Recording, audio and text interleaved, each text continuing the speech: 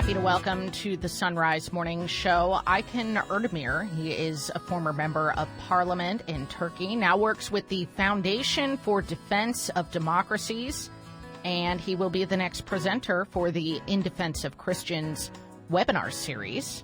Good morning, Aykan. Good morning. Thanks for having me. It is good to have you. And just listeners, as a reminder, these webinars have been taking place weekly on Wednesdays at noon Eastern Time. You can get more information at indefenseofchristians.org. Aykan, what will you be discussing in your presentation this week?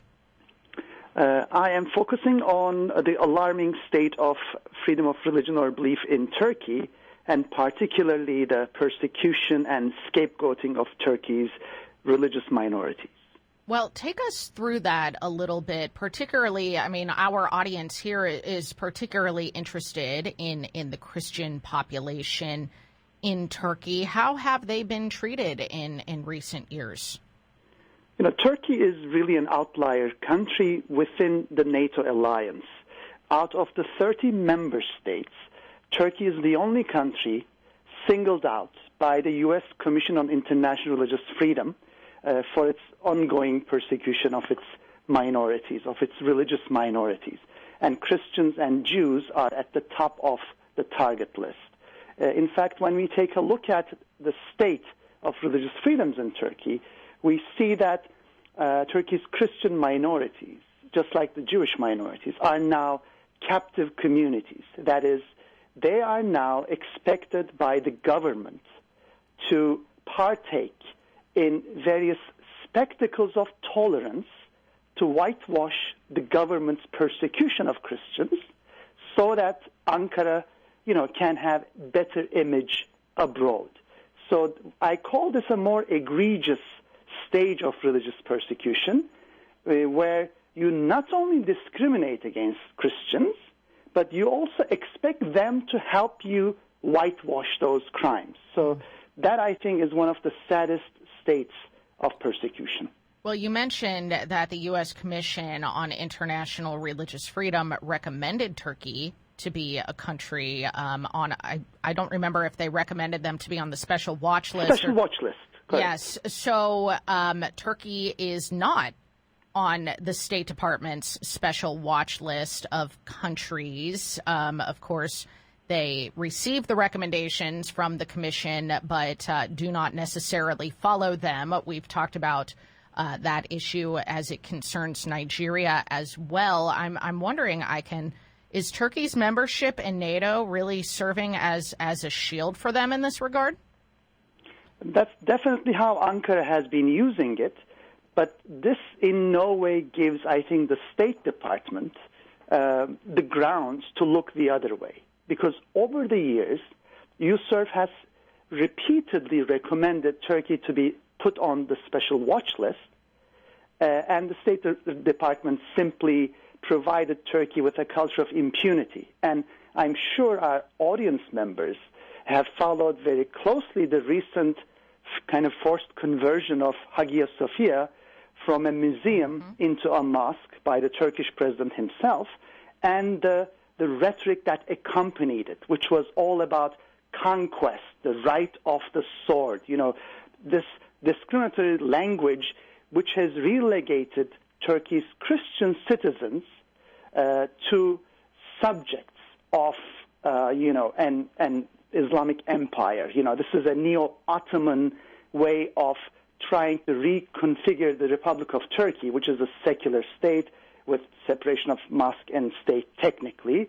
But then the current Turkish president, Recep Tayyip Erdogan, who is an Islamist politician, would like to reconfigure all that and relegate Turkey's Christians as, subjects to be tolerated, subjects toward whom he'll be benevolent, but subjects he will never treat as equal citizens with rights and freedoms. Aykan, you're a former member of parliament in Turkey, and I know that you were an advocate for religious freedom as a member of the government. How long has it been since you've been in parliament, and how was your advocacy received back then? I was a member of the main opposition to Erdogan's government between 2011 and 2015. And over those 4 years, I have taken multiple initiatives. I co-drafted Turkey's first ever hate crimes bill, which the government then, turned into a blasphemy bill. So it now actually is used to protect the majority and not the minority faiths. So that's how legislation sometimes boomerangs, right? Mm-hmm. And then I have done a lot of outreach to Turkey's Christian communities because still they have no legal status in Turkey. Every time a Christian community in Turkey would like to, acquire property, open a bank account, enter into legal transactions, they have various obstacles. They have obstacles training their clergy. They have become repeatedly targets of hate crimes, and the perpetrators repeatedly have enjoyed a culture of impunity from Turkey's courts. So I did my best to push back. But to be frank, when we look at where Turkey is today, I think we really need global solidarity to put pressure on the current Turkish government. Do you find Turkey to be a threat to religious freedom even outside the country's borders? Definitely. I think that's a rising trend that USERF has recognized because under Erdogan, religious persecution has become extraterritorial.